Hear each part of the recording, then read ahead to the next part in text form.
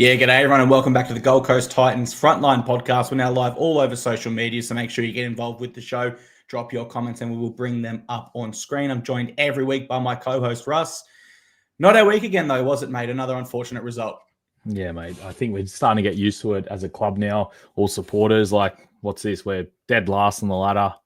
It's not looking the greatest. Yeah, it's a tough year, man. I came in with a lot of hope. And I'll be honest. I think a lot of people did, man.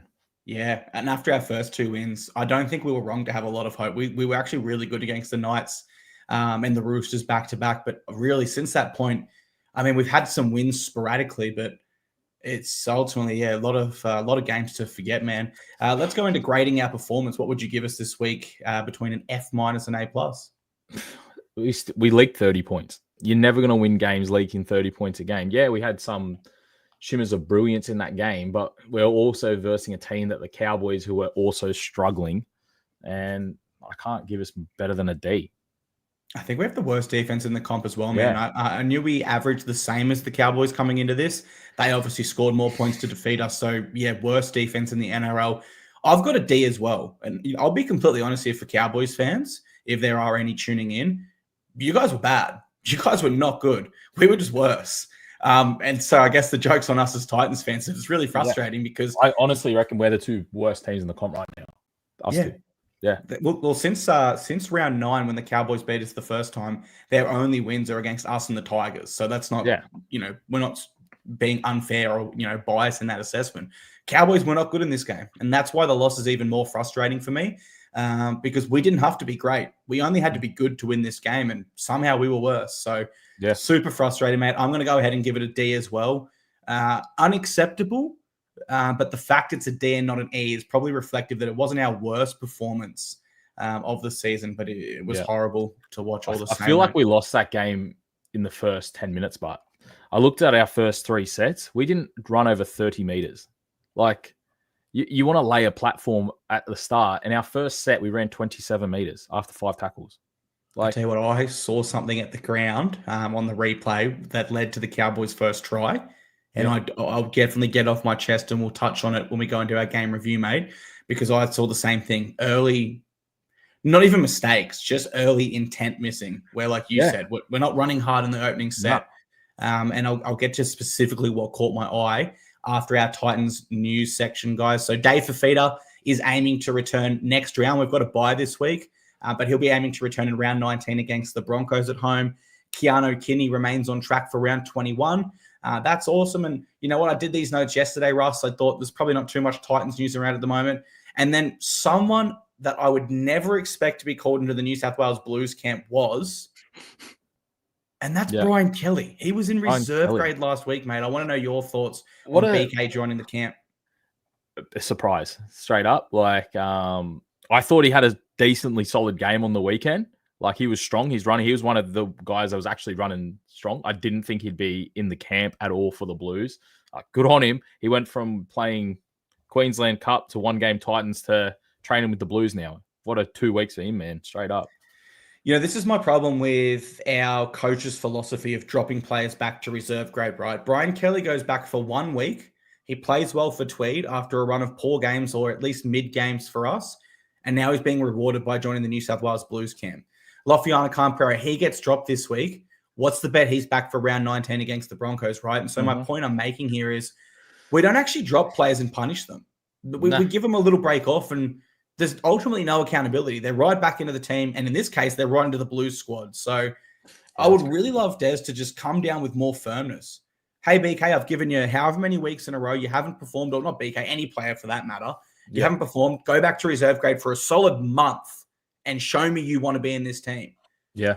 We don't do that, though, do we, mate? 1 week. Yeah, you're probably right, because Loffy went and scored 2 tries, so any probably plays again after the right. The only thing I can think is we are one of the teams on the bye, so potentially the Blues were just looking at which teams were on the bye, who not to disrupt. Yeah. And, which other Blues players do we really have in our side? Regan Campbell-Gillard, Zane Harrison. BK probably is the most logical if you had to have a Blues representative at this stage of the season. But 7 other teams that got by. Surely there was another center in there playing for the Blues that, I don't know. Nothing against Beaker. Probably he wouldn't even thought that he would have been getting picked for the Blues. Oh, you could give me 1,000 to 1 odds. Brian Kelly Blues camp. I wouldn't have taken that bet. I would have pocketed my hard earned. For the simple fact, his form just has not been anywhere near an Origin standard. Even he would admit that, being dropped to reserve grade last week. So yeah, it's a head scratcher. BK being in the Blues camp.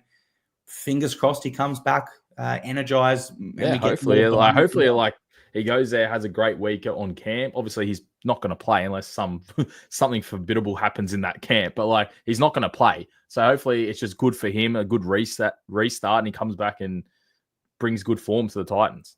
Yep, that's what we can hope. I mean, a lot of Titans fans will joke about it and pay out on him.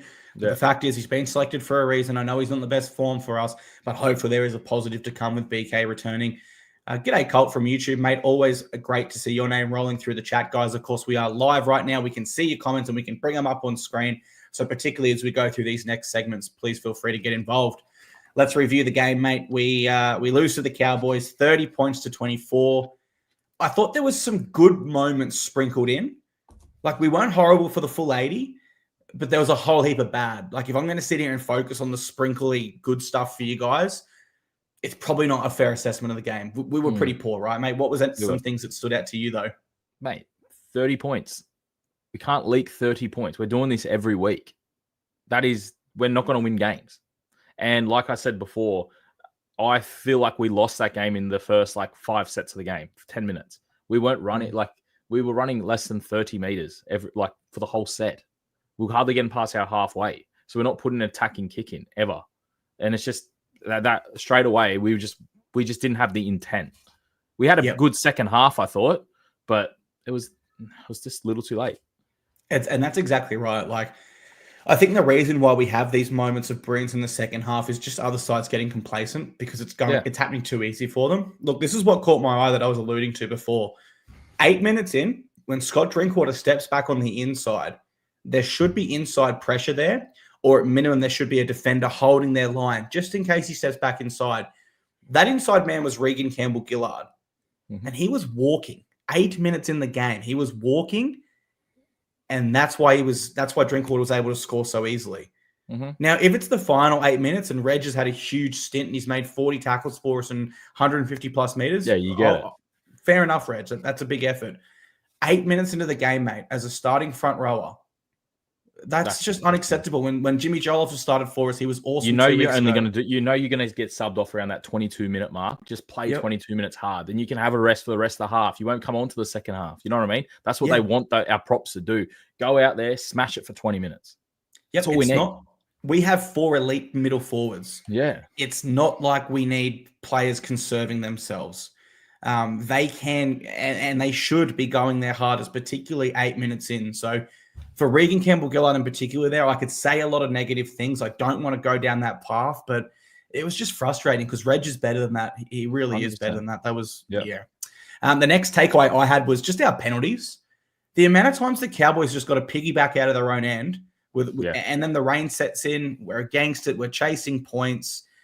It was a difficult half of footy, to be honest, the first half. It was not entertaining. We did not look good. The Cowboys didn't look good, but they somehow managed to look better than us just due to our intent, as you said from the start, and then our discipline as well on the back of it. 2 really simple areas, you know. If we were sitting here and we're breaking it down and saying, we just, I don't know, their kicking game was so elite and that's where they caught us out. Or wasn't that. It was just our own discipline and our own intent. We just literally let ourselves down. And we were talking about this before we went live, and we had less errors. We had less they had more penalties conceded than us. We had more run meters. We had more possession. We beat them in every aspect of the game, but we still lost, which means we're not good. We're not playing good football. My takeaway for that, and what I would say, Jacob actually from Facebook says you're never going to get in with Tom Weaver. I actually thought Tom was one of our better players. He had a solid game. We needed him in without JC there for sure. And his goal kicking was awesome too. Yeah, his goal kicking was awesome for us. So I don't think I know naturally the blame falls on the halfback when you have losses like this. But for me, I draw it back to our intent off the start was wrong. And our discipline was even worse somehow. But on to your point of beating them in every single statistic area you want to and still losing the game. Pretty much. We just have no confidence. We look rigid, scared to try something, and just stuck in process. I don't know if Des is overcoaching this side potentially, or if it's just the matter of because we've lost so many, we're low on confidence. But our game plan should be to win games with our attack. Yeah. Ideally, it'd be to have a defensive masterclass, Russ. But if we know anything from the Titans over the past 3 years, we're not going to win with our defense. So we got to win with our attack. Yeah, and we can score points. Oh, we can score points. But I think so we look at the Titans and we say that's a side that can score points. Imagine if we weren't low on confidence and rigid and stuck in process and we just took risks and played free-flowing footy. And I know the rain's a big reason for that as well. So perhaps I'm being too critical, but when I offer this, I'm not just basing it on this one game. This is something we've seen the whole season for me. So yeah, I don't know what it is, mate, but I can give you another takeaway I had, and that was our confidence and our momentum. It just goes away so easily. When we get that confidence momentum, it's not good. It's great. But when we don't have it, it's not bad. It's horrible. We're getting these exacerbated either end of the scale areas of play there, because for me, we were starting to come back, and then I can't remember that, the Cowboys snatch back momentum somehow, and it seems like our players almost go, damn, that was happening really easy. Now we've got to work for it. And they're not interested in working. That's what I was going to ask you. You were at the game. What was the whole vibe like? Because 2 weeks ago when I went to the Manly game, I could tell the boys were switched on for that game, and they put on a good performance. I don't know. Look, I can tell you there were some drop balls in the warm-up and stuff like that, and the friend that I was watching with did actually joke with me and said, nah, look, they're dropping the balls in the warm-ups, bad sign. The energy didn't feel like it was there. I know it was a wet and uncomfortable afternoon on the Gold Coast. I think we had just under 14,000 there, but I was actually on my phone doing the score for the Storm and Sharks game on my laptop, and I heard a big cheer, and I thought, that must have been the Titans running out. It sucks I missed that. I looked up, and it was the Cowboys running out. I feel like they almost got a louder cheer going out than we did. So, the energy just wasn't there for whatever reason. And look, the Cowboys, not to be critical of them because we are a Titans podcast, but they left the door open even though they were up by 18. Yeah. And they never put us away. We had an opportunity. Yeah, we were, but it's tough for me too, because I'm to the point now where I seriously have to ask, what is going to change, right? Because we're in round 18 now. Our next game will be round 19, where we're at very much the back end of the season. And we're rolling out the same. Say again, sorry, mate. We have 7 games to play for the rest of the year. We're not playing finals. We know that now. We're not going to play finals. There's no way we play finals. 7 games. What do we want to see in a club? I just want to see. I'll be happy to win 3 or 4 games, not win a wooden spoon, and just be like, you know what? There was a little bit of hope there for 2026. That's all we can hope for. Best case scenario right now. We're not going to go out and win 7 games straight. It's not going to happen. I'll tell you what, I'd be happy to win 2 out of 7, to be completely honest with where we're at the moment. Liam Hatch says, enough is enough. The club needs a rebuild from top down. Steve Mitchell needs to be the first one fired and get a football director to set the place up for long-term success. I agree partially there, Liam. And I've seen this on a lot of the Titans talk. Everyone's saying Steve Mitchell is the one that needs to take the blame. Ultimately, the CEO oversees the football department, but they don't have the influence and the day-to-day control of what the football department does. And I'll tell you guys, the Titans, considering our limited on-field success, we actually do really quite well commercially. And every other aspect and area of our club in the back end and in the office is actually thriving. And they are in a really good spot. The only area where we struggle as a club is on-field results. And I can tell you what, Russ, I honestly reckon once our footy gets on a good note and we start winning games consistently, the other areas of the club that are already thriving, they'll just go to a whole new level. I agree. Like we spoke about this last week. We're like the club is trying. They put on good events. Like they get their members involved. Like they do these things. It's just our football that's lacking. I tell you what, I do agree with Liam's last thing where he said we need a football director to set the place up for long-term success. Now, I don't know what that looks like in a realistic world, but in a perfect world, it's either Wayne Bennett or Craig Bellamy. Noting Bellamy will likely move to the Gold Coast when he retires, and Bennett, if he finishes up with the Bunnies, would likely go back to Brisbane.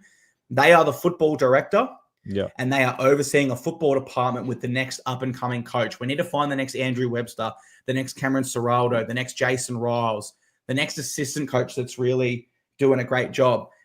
If we can identify that and have them supported by a coach that's very experienced in a football director role, that's where I think we can go to the next level.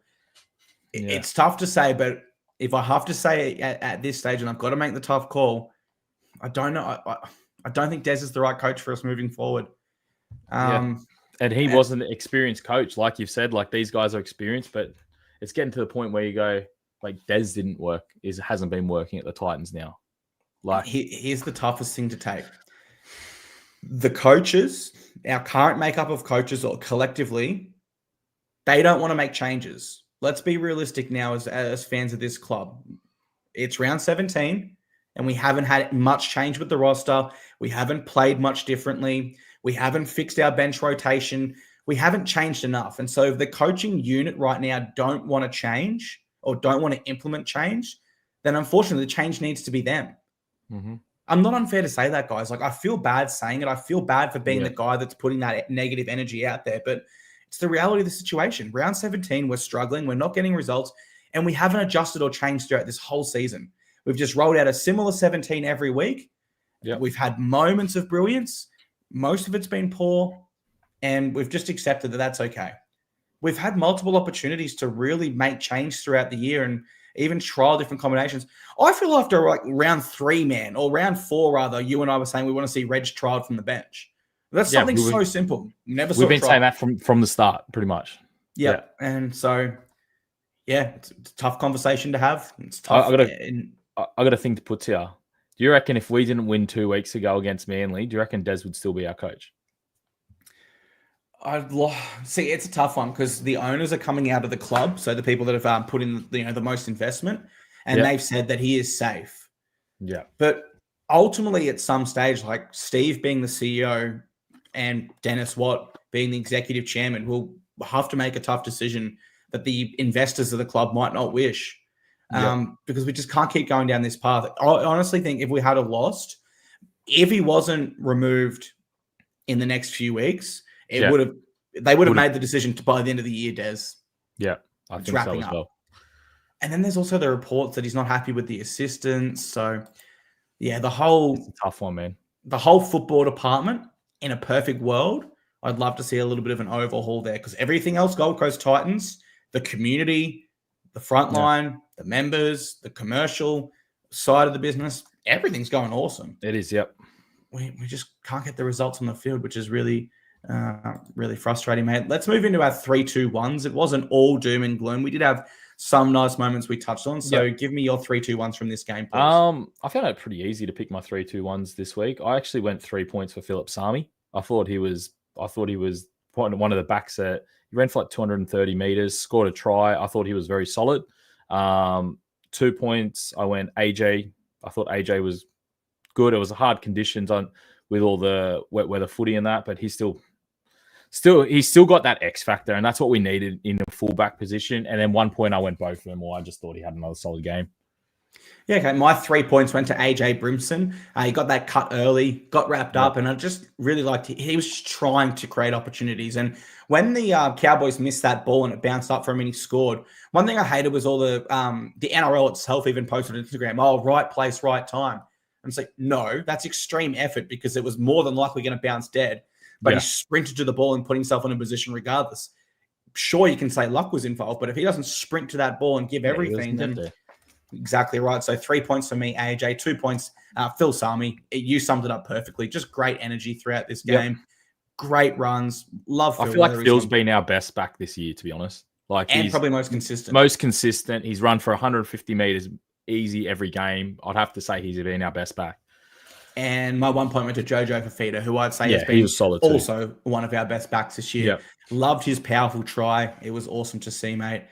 But yeah, let's park it there. There wasn't too many positives from the week, so we could go around in circles, spinning negatives. Yep. But let's leave it as a game where we missed intensity from the start. Our discipline wasn't good enough, and even when we had a chance to win, we fell short. Alrighty, affiliates recap time in that instance. Burleigh Bears, they defeat our Tweed Seagulls 46 points to 30, but Ipswich Jets do get the win. They defeat the Brisbane Tigers 28 points to 16. That means Jets remain in 6th spot and Tweed remain in 13th. As for the next game, Sunday, 2 p.m., Jets have the Central Queensland Capras. That game will be on 9 now, if anyone wants to watch our Jets. And Sunday, 3:30 p.m. Tweed have the Western Clydesdales. Standouts. Sonny Kammer, he was one of the Origin under-19s players, Russ. He debuted in the Q Cup inside Sam Stevenson, so congratulations to him. Zane Harrison had a try assist at halfback. Tukey scored, and he had the most meters and tackle breaks for anyone in Tweed. Across to the Jets quickly. Alofiana Khan Pereira, he had 2 tries and 1 try assist on the wing there. And Arama Howe had 162 meters and 28 tackles. But the man we need to talk about from the Tweed Seagulls making his Q Cup debut from the bench, Cooper Bye, 2 tries, 146 meters, 4 tackle breaks, 2 line breaks, 19 tackles, 0 missed, all in 49 minutes, mate. He has to be the future. That was his debut as well.